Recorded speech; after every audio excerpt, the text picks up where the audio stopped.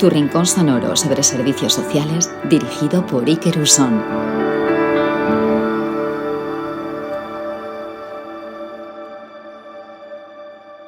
Arratsaldeon, Ana. Arratsaldeon, Iker. Bienvenida a La Última Red. Pues nada, yo agradecerte que hayas querido contar con mi presencia, o por lo menos con la presencia de una profesional de estas que nos incorporamos en 1982 a los ayuntamientos guipuzcoanos. Pues nada, ha sido, la verdad es que no dudé, tenía varias personas, mujeres, voy a ser mucho más concreto, a las que me apetecía invitar, sobre todo para seguir con esa parte del podcast que tenía que ver con cómo habían nacido, ¿no? Y entre otras cosas, cómo habían nacido los propios servicios sociales. Así como ya tenía el gusto de conocerte y sabía que estabas ahora disfrutando, ¿no?, de los primeros momentos de la jubilación, me apetecía que la gente pudiese tener pues un punto de vista, el tuyo y tu experiencia en Andoain. La verdad te voy a decir que en más de una ocasión he pensado que o bien la universidad o bien el propio colegio debería hacer una recogida de esa creación y expansión y de lo que ha sido el paso de la beneficencia pública a un sistema público de servicios sociales. Porque me parece que memoria histórica tenemos que tener para todo y también para nuestra profesión. Y reivindicar esos inicios, las dificultades con las que encontramos, los apoyos con los que contamos también, pues me parece un tema interesante y me parece que, bueno, al menos tú te has acordado de recoger una experiencia práctica de... Totalmente de acuerdo. Yo creo que entre compañeras y compañeros lo hemos comentado más de una vez y en parte del podcast yo creo que es como la forma más humilde de intentar poner voz a eso. Así que como otras veces vamos a hacer un viaje que vamos a ir de la mano contigo. Ya has adelantado que tenemos que ir al 82, pero claro, yo quería dar un salto antes y sobre todo por esa referencia que hacías a la gente joven, porque ahora habrá, pues sobre todo en este momento del verano, habrá madres, padres, gente que estará diciendo mi hija va a estudiar trabajo social o mi hermano va a estudiar trabajo social. Claro, pero en el año en el que estudiaste tú, en el 76, no se hablaría ni siquiera de trabajo social. Entiendo que sería asistencia social, ¿o cómo le llamabais? Bueno, sí, asistencia social. Tengo que decir que yo, termino el bachiller superior COU y la selectividad, y la verdad es que yo en ese momento no conocía la profesión. Para mí era totalmente desconocida. Lo que tenía claro, yo creo que pasa a muchos, precisamente en ese momento en el que tienes que elegir una carrera o por dónde vas a continuar. Tenía claro lo que no quería, pero la verdad es que no tenía nada de lo que me apasionara, del resto. Y de hecho finalicé y hice una prematrícula en historias, porque historia me ha gustado siempre, y por otro lado en magisterio. Pero no tenía nada no me sentía ninguna emoción especial por ninguna de ambas carreras. Y es verdad que mi hermano el mayor me dice, pues hay una carrera nueva que a mí me parece que puede tener mucho futuro y que con tu forma de ser y pues te puede venir bien. Me trajo información, me encantó desde el principio.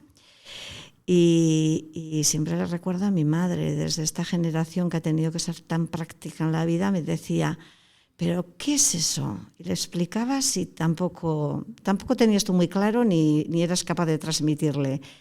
Y bueno, pues dime en qué se trabaja. Y tú le decías, no, pues mira, tú puedes trabajar en el hospital, puedes trabajar en la cárcel, puedes trabajar... Y en tantos sitios se puede trabajar y no conocemos a ninguna que trabajara. Entonces, la verdad es que a pesar de haber hecho la prematrícula, para acceder a la escuela de asistentes sociales que estaba entonces en Aldapeta, tuvimos que hacer un examen de acceso. Y bueno, la víspera de que ya se finalizaba, si no me tenía que matricular de algo, me dijeron que había entrado. Y la verdad es que tengo buen recuerdo de la escuela. Todo en un contexto, además, pues como te digo, yo termino empiezo en el 76 y termino 79-80, es plena transición y un movimiento Y la escuela fue muy activa a ese nivel. Estábamos en la coordinadora de estudiantes, nos cerraron la escuela, la huelga de Michelin trajimos al comité de empresa. Bueno, en mi clase éramos 15, para que te hagas un poco a la idea, y en total en la escuela 50 y algo. Y sí tengo buen recuerdo de ese periodo también, muy reivindicativo y bueno, luego las prácticas. Me pasó un poco como con la carrera, que lo que me ofrecían no me gustaba.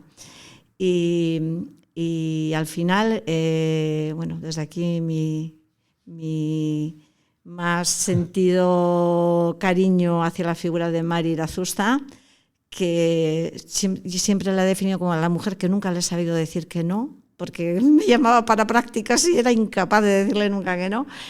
Pero que, bueno, por ejemplo, se empeñó y abrió el campo de prácticas tanto de la cárcel de Martutene como del reformatorio de UBA. Yo hice en el reformatorio de UBA.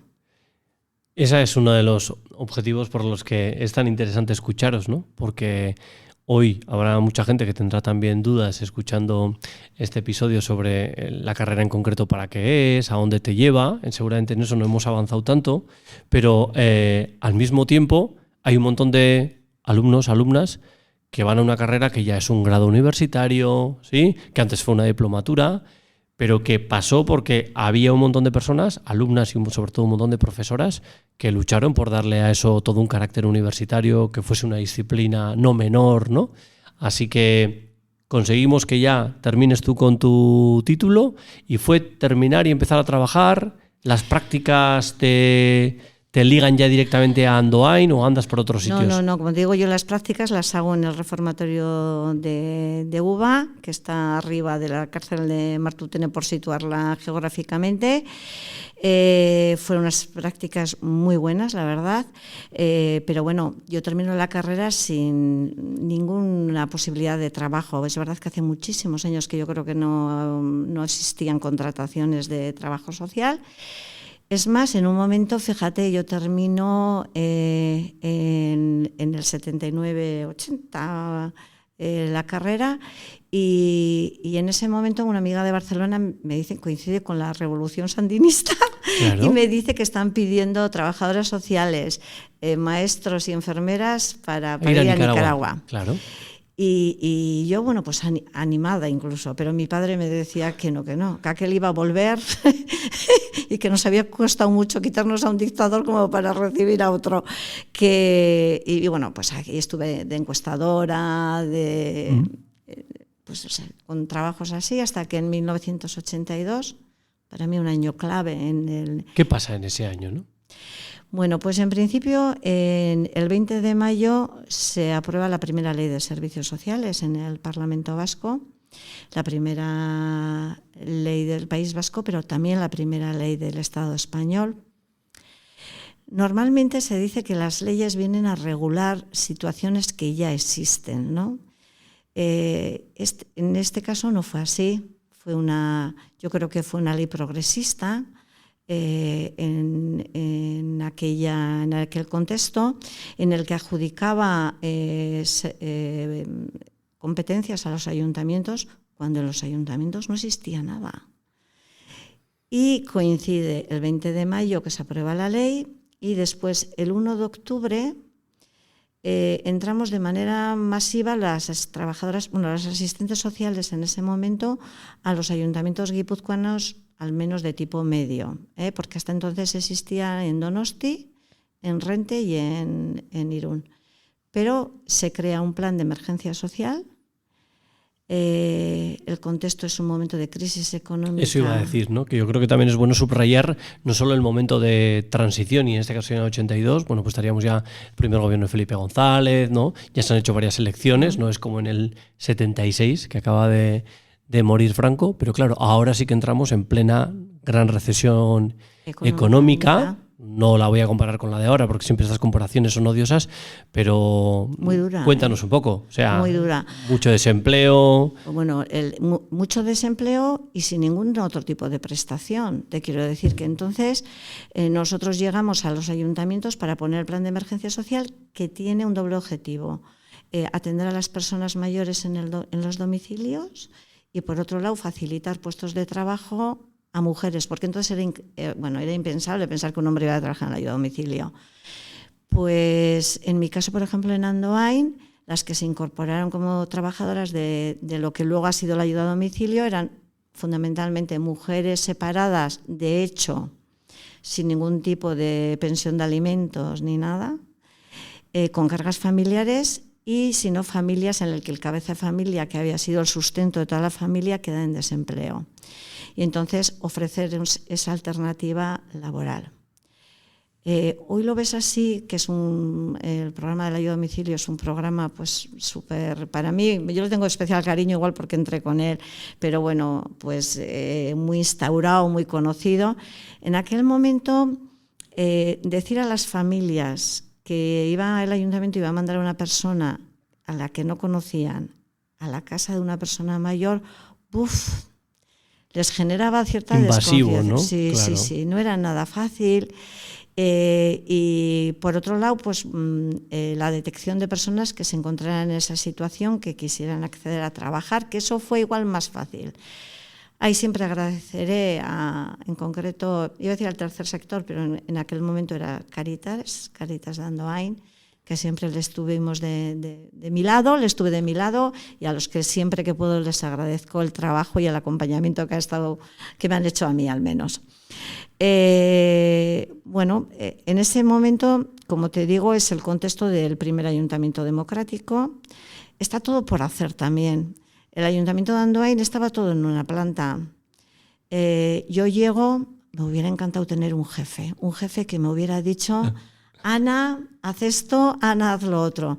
Pero ni los políticos que sabían, nuestras figuras fueron financiadas por la Diputación Foral de Guipúzcoa, y el dinero que venía para atender a las personas mayores, pues también venía desde la Diputación. Entonces yo creo que políticamente pues querían estructurar todo un sistema, pero realmente ellos ni sabían cómo, y tú tampoco. Y ya, como te digo, me hubiera gustado tener un jefe. Yo me acuerdo la secretaria del ayuntamiento, que fue secretaria luego de Política Social de la Diputación de Guipúzcoa, Socorro Equiza, era secretaria del ayuntamiento de Andoain. Nadie sabía Ana, tú haz lo que tú entiendas que tienes que hacer, y tú también te sentías bastante perdida. Yo siempre digo, no es que no tuviera despacho, es que no tenía ni mesa. Yo ocupaba la mesa del que iba a euskera, y cuando venía alguien preguntando por mí, pues me lo tenía que llevar al salón de plenos para hacer la entrevista. O sea, que atendías donde ahora nos encontramos, la cita previa o la cita en ese momento, te atiende una trabajadora social en un despacho allí con su ordenador. Nos estás llevando ya no solo al blanco y negro, sino salón de plenos, que parece que es el sitio como más oficial, ¿no? Y ampuloso de la Diputación, y ahí es donde tenías que atender porque no había otra posibilidad. Porque ¿cuánta gente estáis trabajando en el Ayuntamiento de Andoain? Poca gente también, Poquita, ¿no? Claro. O sea, no existían técnicos de cultura, no existía nada de eso. O sea, pues estaríamos... ¿Ya llegabais a 10?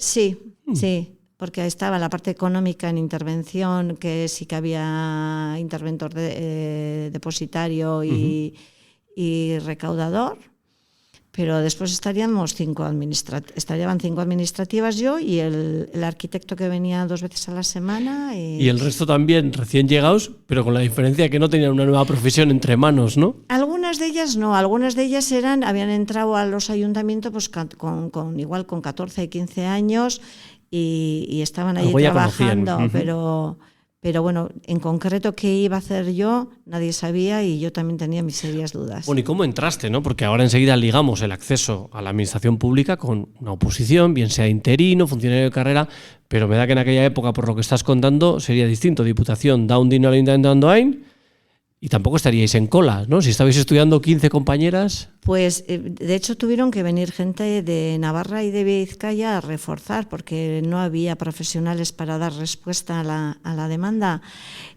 A nosotros, en primer lugar, nos decían cada una presentaros en vuestro ayuntamiento, cosa que ahora mucha gente suele decir. Yo pienso que no ha sido un inconveniente. Es difícil para ti como profesional, porque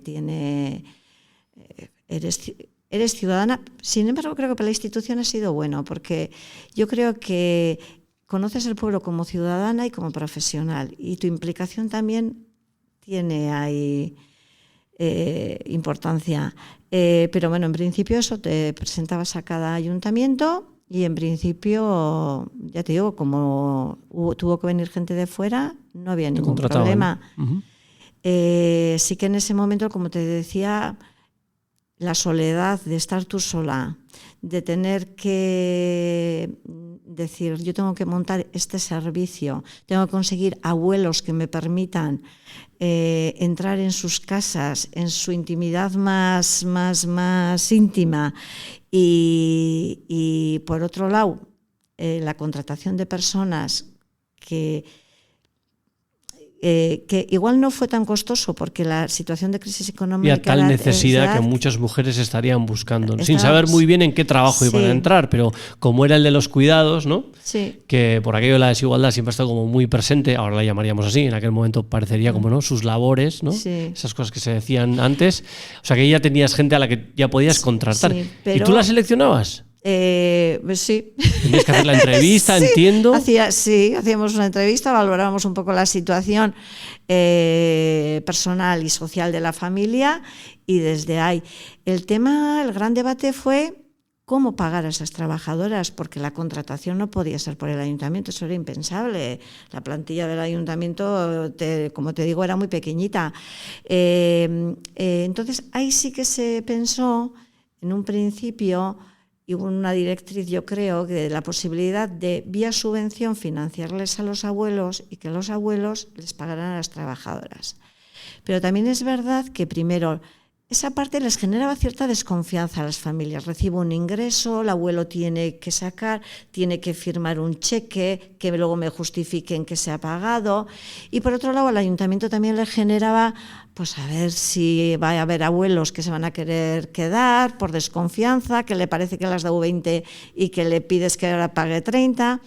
Y entonces, hoy esto sería impensable. Bueno, alguien diría, le sacará algún parecido a la prestación de asistencia personal, pero claro, tenemos con un procedimiento, con decretos, y ahí era, ¿no?, dinero que llegaba.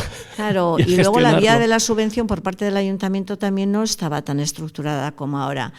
Entonces, bueno, una decisión salomónica. Se abrió una cuenta a mi nombre, que a mí el ayuntamiento me ingresaba todos los meses el pago de las nóminas, y yo les pagaba a las trabajadoras vía cheque, que todavía es en el archivo municipal del ayuntamiento, están mis talonarios en el que luego apuntaba el número de cheque que les daba a cada una y a cada persona, y con la cantidad. Y bueno, pues así. Menuda responsabilidad, Ana, sí, porque eras una chica joven, sí, quiero decir, ¿no?, con muchas ganas de cambiar el mundo, empezando por tu pueblo, pero no sé, yo por ejemplo, que no he sido muy de números, ya me hubiese puesto solo con los cheques, nervioso, el dinero, pero entiendo que te gustaba ya lo que estabas haciendo, le veías sentido, ¿no? Claro, yo, a ver, lo que le veías es la efectividad, porque a veces igual en la administración, ahora también, a veces nos perdemos en los procedimientos y se nos olvida cuál es el objeto de nuestro trabajo. En aquel momento, además, pensabas la situación que estaban viviendo esas familias. Recuerdo gente que trabajaba en la ayuda a domicilio que no tenían ningún familiar aquí. Andoain ha sido un pueblo de mucha acogida de personas de fuera, y en concreto de Extremadura, y estoy recordando a una trabajadora con sus 3 niños sin ningún familiar en Andoain, que gracias también al vecindario que le apoyaban, porque si el niño se ponía malo se quedaba la vecina con él para que ella fuera a trabajar, y que su marido no le pasaba nada. Absolutamente nada. Entonces, bueno, pues ahí tenías que ser, bueno, pues lo que te digo, no existía los recursos que hoy tenemos de la renta de garantía de ingresos. El único recurso éramos, yo suelo decir, la prestación más genuina, que éramos nosotras como profesionales, y el acompañamiento que hacíamos a todas ellas. Entonces, al final, yo creo que fue un momento en el que decías, yo no me puedo parar en el procedimiento porque entonces no monto nada. Ese era el tema. Y en aquel momento la administración admitía seguramente ese tipo de formas y procesos. Ahora hoy en día es impensable. Es impensable. En algunas cosas seguramente hemos mejorado y tiene su sentido, es dinero público, tiene que estar bien gestionado, pero estoy contigo en que a veces el proceso se vuelve tan burocrático en el sentido más negativo de la palabra que ya no sabes el para qué de los diferentes servicios. Nada, o sea que tenemos a Ana montando... Claro, pero estabas tú sola y entiendo que había otras Anas, si me permites la expresión, que estarían en otros pueblos. ¿Teníais contacto entre vosotras? Pues mira, la verdad es que en aquel momento, además de soledad más absoluta, Yo no sé si nos convocaron la propia Asociación Guipuzcoana de Asistentes Sociales, porque no existía todavía el colegio como tal, se crea como colegio un año más tarde, yo creo.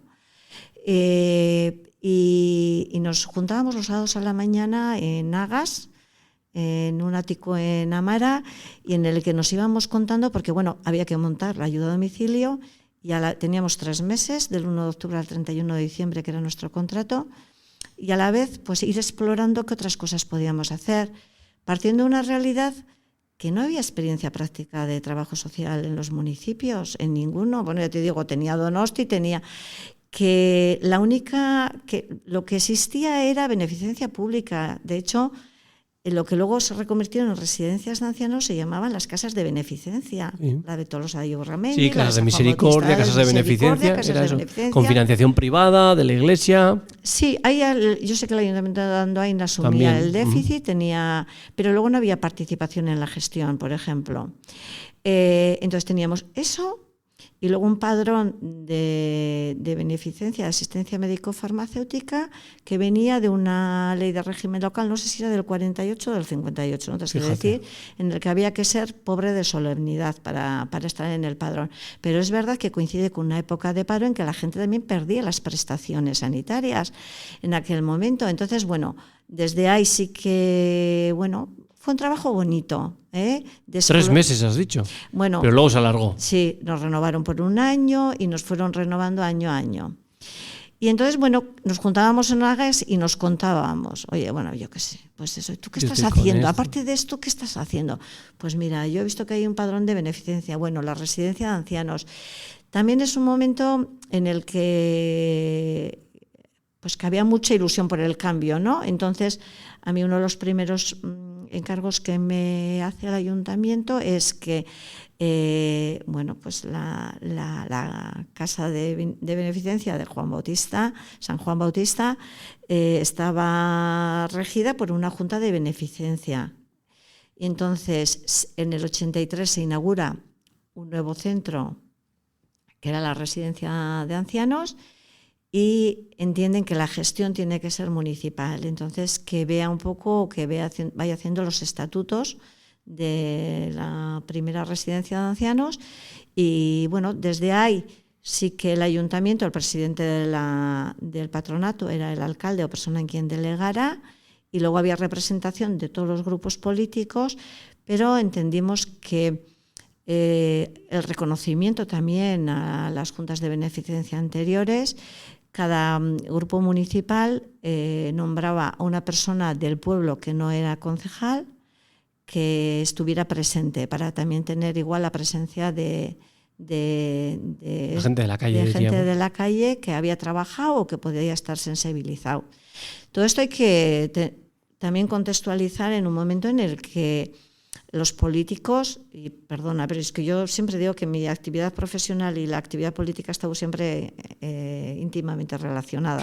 Claro, sí, tiene todo el sentido. Uh-huh. Entonces, los políticos no había ningún liberado. La gente trabajaba, pues uno en la fábrica, el otro en la oficina, el otro en no sé qué, y fuera de ese horario... era una actividad voluntaria. Era voluntaria. Entonces, yo recuerdo las comisiones en mi caso era servicios y bienestar social. ¿Serían las tarde-noche? Sí, claro. A partir de las 5:30 de la tarde, los martes, todas las semanas. Cosa que ahora es impensable. Y luego las juntas de la residencia de ancianos a partir de las 6:30 o 7 de la tarde. Ha habido veces que a las 11 de la noche hemos terminado la junta de la residencia de ancianos, porque era un momento totalmente de cambio. Sí. Anécdotas tienes que tener en aquel momento, al menos de las que te puedas reír, porque también habría momentos duros. Nos hemos solido reír muchísimo. Sí, ¿no? Entonces, claro, el humor para ayudar a gestionarlo, sí. Los nervios de... Mira, en concreto, hoy me estaba acordando, los ayuntamientos pequeños no tenían tampoco trabajadora social. Entonces había una figura en la administración que era, no recuerdo muy bien cómo se llamaba, como era que podías atender a gente de otros municipios tenía una palabra en concreto, como por solidaridad con él, no me acuerdo muy bien. Aunque no fuesen de tu municipio, podías atenderles. Sí, de hecho yo atendía gente de Aduna hasta que tuvieron trabajadora social, y siempre me acuerdo que me vino un casero de Asteasu y lo que quería era buscar novia. Fíjate cómo relacionaba al asistente social. Claro, bueno, para él un servicio social fundamental, diría. Y yo diciéndole que, pues mira, vete al hogar del jubilado de Tolosa, que tiene mucho. Y me decía, ¿para qué? Yo me fío de ti. Me dice, ¿tú me buscas una? Y, bueno, pues de esas 10.000, de que gente que te venía o que automáticamente venía por un padrón de beneficencia y el resto de trabajadoras le mandaban donde ti porque pensaban que sus estereotipos coincidían con lo que tenía que ser un usuario de servicios sociales. Ajá. Sí. Oye, qué bien. Veo que tienes una amplia sonrisa con todos aquellos momentos. O sea que es la década de los 80, sería casi como la década de poner los cimientos de lo que ahora serían los servicios sociales. 82, primera ley, y luego presupuestos. Por ejemplo, ¿el ayuntamiento tenía capacidad o dependía de ayudas que tenían que venir de fuera? A ver, en ese momento la verdad es que, como te digo, mi comisión era Comisión de Servicios y Bienestar Social. Entonces, el área de servicios sí tenía presupuestos porque a la vez que estaban mis temas, estaban los de limpieza viaria.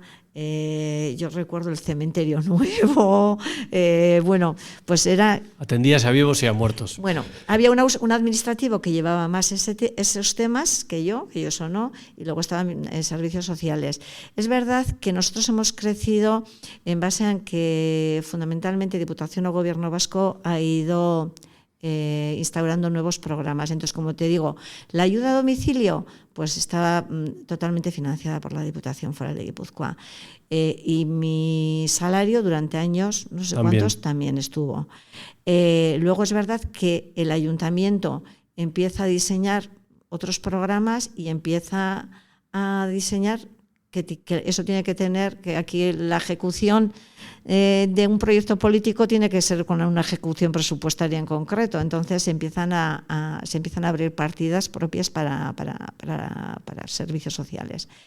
Entonces, para mí la década de los 80 es la beneficencia pública. Y que va pasando a ser servicios públicos, ¿no? Va desapareciendo ese concepto de beneficencia. Y así como el 82 y esos planes de emergencia son un hito fundamental, ¿ubicarías alguno el siguiente en el que dices, ahí ya volvimos a crecer o se sumó más gente conmigo? Porque ¿cuántos años estuviste sola? Pues digo, sin 8, otras trabajadoras. 8 así. Que se dice pronto. Para mí eso es muy duro. Para mí, por eso me solidarizo con todas mis compañeras que trabajan en municipios muy pequeños y que están solas, porque para mí eso es durísimo, tener con alguien con quien compartir, porque que no se nos olvide que nuestro trabajo se desarrolla con gente con muchísimas dificultades. Entonces, a veces tenemos que tomar decisiones difíciles que nos cuestan, y el poder compartirlas con otro profesional, eso no tiene precio. Entonces llega la década de los 90, que para mí es el paso de lo que es la beneficencia pública empezar a crear el sistema de servicios sociales. Y ahí hay 2 programas fundamentales que suponen la incorporación de 2 profesionales. En concreto, entra una compañera para desarrollar un plan de prevención de drogodependencias, porque no se nos olvide que en ese momento la heroína, la cocaína... Claro.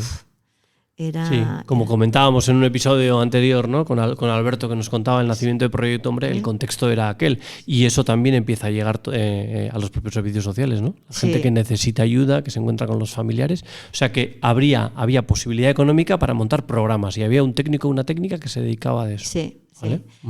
Que después es verdad que, como era trabajadora social, llevaba esa parte de prevención, pero paralelamente fue asumiendo trabajos de trabajadora social. Y después otro hito importante, que es el primer plan de lucha contra la pobreza, que es también 90 yo creo, y que trae consigo la incorporación de una trabajadora social y una administrativa. Entonces el equipo lo formamos 3. Y bueno, quiero resaltar porque creo que es el primer plan también de lucha contra la pobreza a nivel del Estado. Entonces, creo que hemos sido muy pioneros y que a veces somos muy modestos y deberíamos también reconocer que hemos sido muy pioneros en nuestro área. Sí. En nuestra humildad y siendo un territorio pequeño, que se ha desbrozado mucho de lo que sería, ¿no?, el camino de los servicios sociales, y que tú lo puedes dar fe de ello. Sí. Ese plan de lucha contra la pobreza ya no era como el de la emergencia de antes, no estaba ligado, irá más directamente a la gente que estaba en situación de pobreza. En pobreza. Si se habla de la contraprestación, que siempre lo recuerdo con las discusiones que existían en las comisiones sobre la filosofía de la contraprestación, si tenía que exigir, porque era un poco lo que pedirles o que hicieran un curso de formación o que fuera. Como van a recibir una ayuda, ¿qué es lo que tienen que hacer a cambio, ¿no? Y ahí la verdad es que creo que la discusión era profunda, era que a veces, fíjate, creo que a veces se ha perdido parte de ese tipo de debate interno municipal. Ajá. Y se decidió que sí, que tenía que haber alguna contraprestación por recibir. Bueno, la ley recogía que tenía que haber contraprestación, pero el debate interno dentro del ayuntamiento también, pues había quien se posicionaba en que uno estaba en una situación de vulnerabilidad y le tendría que corresponder eso porque sí, y otros consideraban que el realizar una actividad, pues realmente no solamente es la parte económica, sino que también existe un tema pues de autoestima, de rutina, de sentirse útil, ¿no? Entonces, para mí ya te digo que fue muy interesante ese debate. Y bueno, pues desde ahí formamos 3 personas y nos empezamos a distribuir el trabajo por áreas. Una lleva igual personas mayores, discapacidad y tal, otra pobreza, y fuimos ampliando nuestros núcleos de intervención. Hasta entonces nuestro trabajo se había centrado mucho en personas mayores y si no personas en exclusión grave, que había podido ser todo el tema de transeúntes, de gente que estaba sin hogar. Luego también todo el tema de personas con consumos y con las problemáticas familiares que ello conllevaba, pero empezamos a recibir también y a pensar que tenemos que trabajar con infancia en situación de desprotección y con infancia en vulnerabilidad, y con dotarles a los padres de herramientas para ejercer una parentalidad positiva, y así en 1990 es la primera vez que creamos un programa de intervención socioeducativa de infancia, trabajando en red con todos los centros educativos, el centro de salud y parte del tercer sector que trabajaba sobre todo en tiempo libre y así. ¿Y eso lo copiasteis de algún sitio o se os ocurrió? Había existido previo a eso un plan piloto de Diputación para familias con maltrato infantil, en el que se trabajaba con terapeutas y con educadores familiares, y consideramos que eso, una vez que se terminó el plan como tal, podíamos llevarlo, y por otro lado la escuela cada vez demandaba más también nuestra presencia. Estuvimos trabajando como 2 años de manera muy intensa, y de ahí se ve la necesidad de contar con otra figura. Vemos que nosotros a los jóvenes adolescentes, con los padres sí podíamos conectar, sí podíamos trabajar, pero para el adolescente nosotros no éramos una referencia, ni nosotros ni el ayuntamiento. Y así, yo creo que primero fue Pasajes y Zumárraga y Andoain a la vez. Empezamos a trabajar el programa de educación en medio abierto, educación de calle. Educación de calle, claro. Sí. ¿Y contratabais, entiendo que era gente joven de la localidad para que estuviese trabajando allí, o ya eran entidades ya ahí? Ahí fue el Consorcio de Educación Compensatoria, donde estaba representado Gobierno, Diputación y Ayuntamientos, quienes cuando nosotros, con Diputación, con Pachi Aguiriano, estuvimos casi un año entero reuniéndonos con todos los centros educativos para bueno, pues para crear el programa, qué queríamos que fuera, en qué nos comprometíamos todos los sistemas. Fue una experiencia, ya te digo, bonita, y así llegó el programa de educación de calle que ha tenido. Fuimos el tercer, bueno, ya te digo, Zumárraga y Andoain a la vez, y primero había estado Pasaya. Y ¿Te queda de aquella de esas décadas, de todo ese paso, de todos esos servicios que se crean, alguna espinita que dices, esto tendríamos que haber hecho o no? ¿O crees que al revés, que con lo que había y con lo que se podía hacer? Bueno, yo creo que, fíjate, estamos diciendo que en el 82 no había nada. Nos ponemos en el 91 y 90 y empezamos a trabajar, como te digo, con infancia. En el 91 creamos el piso para mujeres víctimas de violencia de género, que hay también, creo que hemos sido una profesión a ese nivel colaborativa. Nos juntamos todos los ayuntamientos, con Diputación, con Pilar Astizarán, y había diferentes ayuntamientos que habíamos creado ese recurso, pues recordando Ain, Beasain, Eibar. Y entonces, claro, no existían órdenes de protección, ni de alejamiento, ni nada de eso.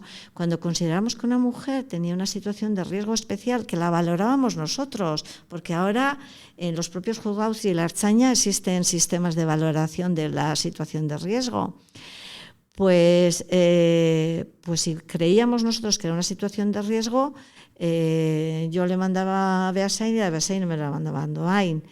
Y bueno, yo creo que a ese nivel, con los medios que teníamos, creo que fuimos innovadores. No digo Andoain, que Andoain también, pero creo que en general sí que ha sido... Y sí, mucho trabajo en red, es lo que estoy viendo. Eso que llamamos ahora trabajo en red, tener que echaros una mano, colaborar, porque no, lo demás no había manera, ¿no? No sé. Mira, yo en los temas de menores, porque hemos seguido desarrollando otros proyectos que igual aquí no viene, porque es un poco la recogida de los primeros años, siempre pongo en valor, y me suelen decir unas orientadoras de un centro educativo: Ana, tú siempre has puesto en valor ese trabajo. Le digo, mira, nosotros fuimos construyendo una red cuando nadie sabía lo que era trabajo en red, para sostener a la infancia más vulnerable que teníamos en la localidad. Inventamos, no solo nosotros, los centros escolares, la implicación que tuvieron, inventando cosas que se suelen decir, le digo, pero bueno, me suele decir mira, Ana, uno de esos que estuvimos trabajando y que para nosotros tiene nombre y apellidos, me pidió que fuera a la exposición de su trabajo de fin de grado.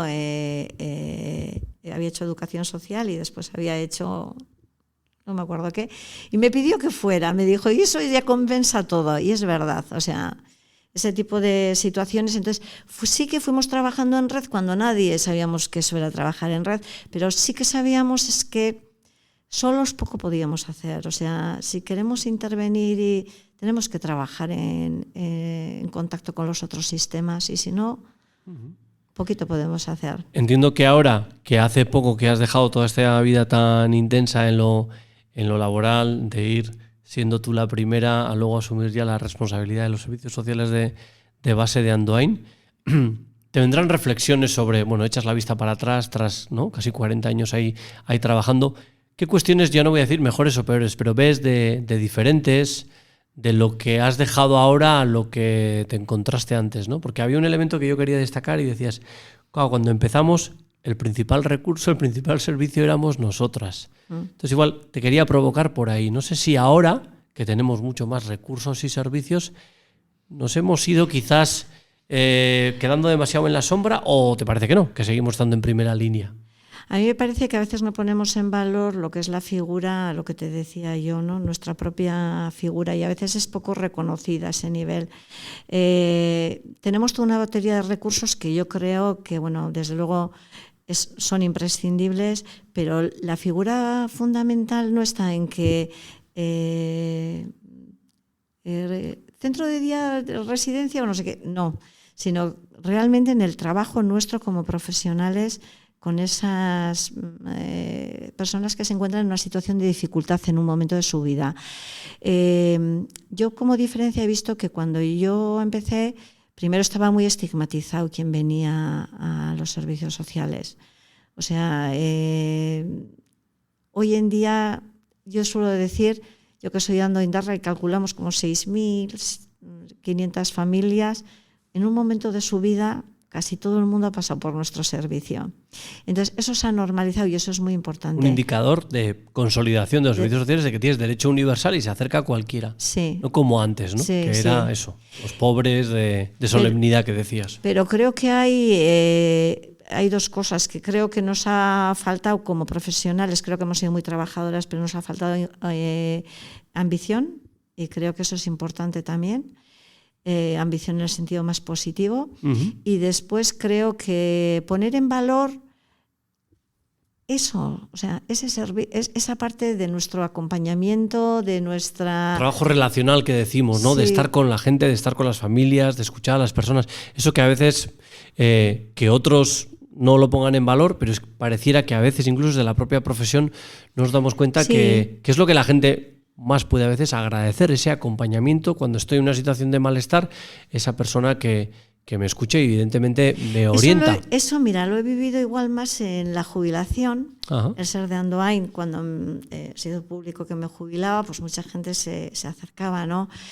Y te decía, ¿te acuerdas, Ana, que en aquel momento que mi marido en el desempleo y había agotado todas las prestaciones, que nos estábamos metidos en el piso y que, acudí?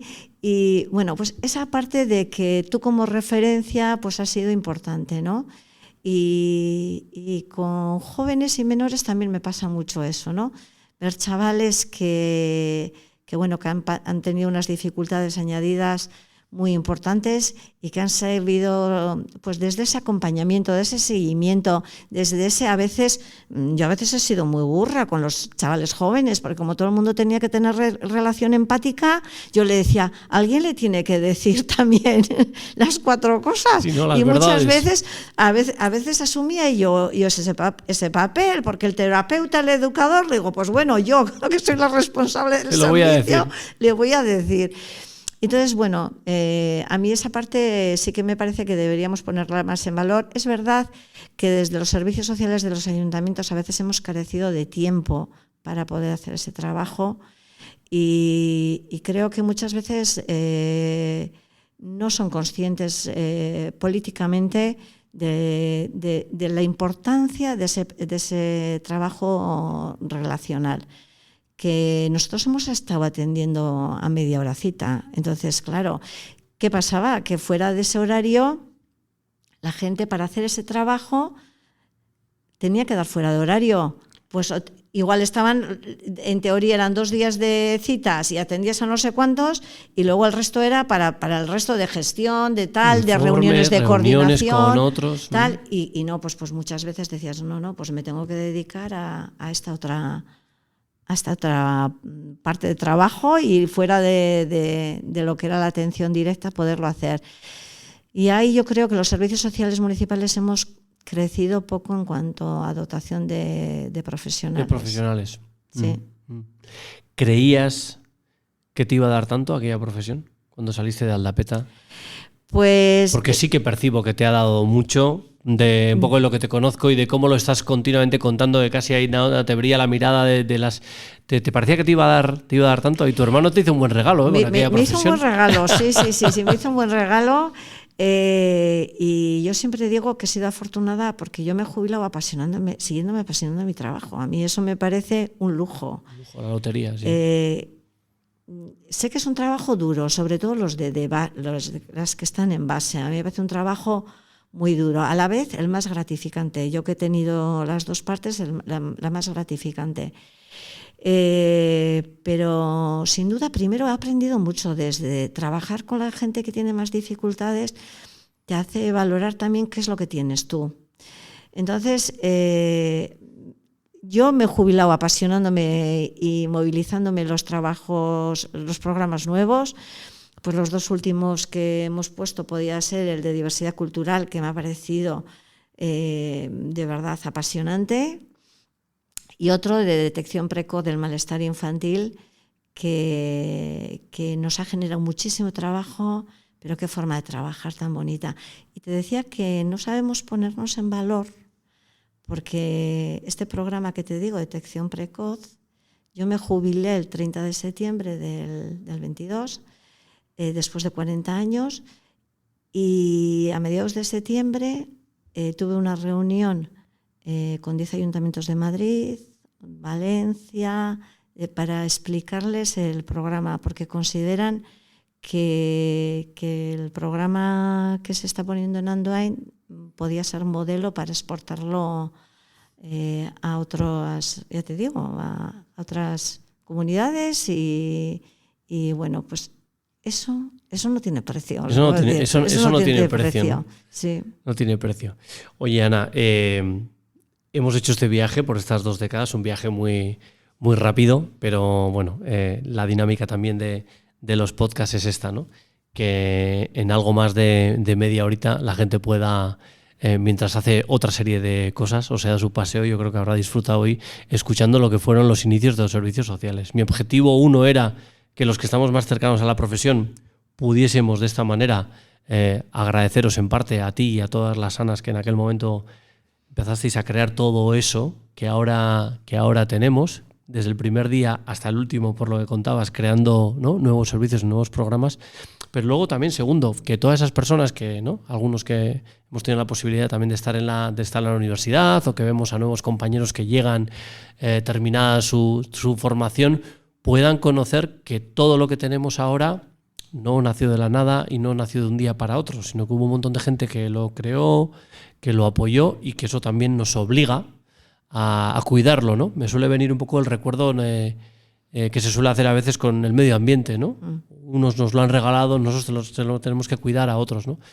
Entonces, la verdad es que, Ana, yo en ese sentido creo que no soy el único. Todo el mundo que estará escuchando estará sintiendo ese profundo agradecimiento, ¿no?, por todo lo que habéis hecho y lo que podéis seguir aportando, entre otras cosas, para seguir susurrándonos a los que estamos, para decirnos, oye, pues por aquí o por allá.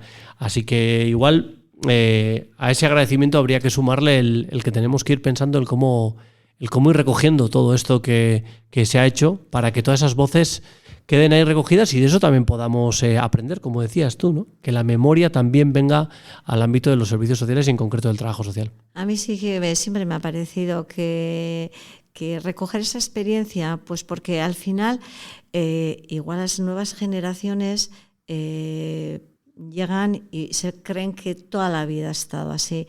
Y yo creo que hemos sido un sistema que en pocos años hemos crecido, y en general hemos crecido bien. Yo creo que sí que hemos crecido bien. Luego todo es mejorable, cada día tenemos que tener mayores niveles de calidad en todo, pero sí que creo que hemos crecido bien, y creo que no tenemos nada que envidiar a otras comunidades a ese nivel, y creo que hemos sido referentes en puesta en marcha en muchas cosas. Es decir, la dependencia, fíjate tú, o sea, comparando con otras comunidades autónomas, me parece. Y como sistema, yo creo que tenemos las personas mayores, menores también tienen toda una serie de programas. Creo que el gran reto que tenemos es el de la exclusión, como sistema propio de servicios sociales. Me parece que ahí es donde tenemos que poner ahora el ahínco y el ir elaborando programas que nos ayuden a que en las márgenes de nuestra sociedad no quede nadie. Nadie. Pues nos quedamos con esa frase, porque es preciosa, cualquier cosa que diga la voy a estropear, así que si el programa se llama La Última Red, va desde esa idea de que seguramente para muchas personas en Andoain, pues la última red fuisteis tú y tus compañeras que estabais ahí para ayudar, para al menos escuchar cuando no había otra cosa, y creo que no se nos debería de olvidar que para eso nacieron los servicios sociales y para eso están. Así que un eskerrik asko, un gracias Suri. A ti y a todas las que estén escuchando esto y se sientan reflejadas porque son de tu generación, sí, de esas pioneras, sí. Con el mayor cariño del mundo esa palabra. Y para el resto, como decía, tenemos el reto de cuidar y mejorar lo que hemos recibido. Eskerrik asko, Ana. Gracias por escuchar La Última Red. Puedes seguirnos en Facebook y YouTube y escribirnos a ultimaredpod@gmail.com.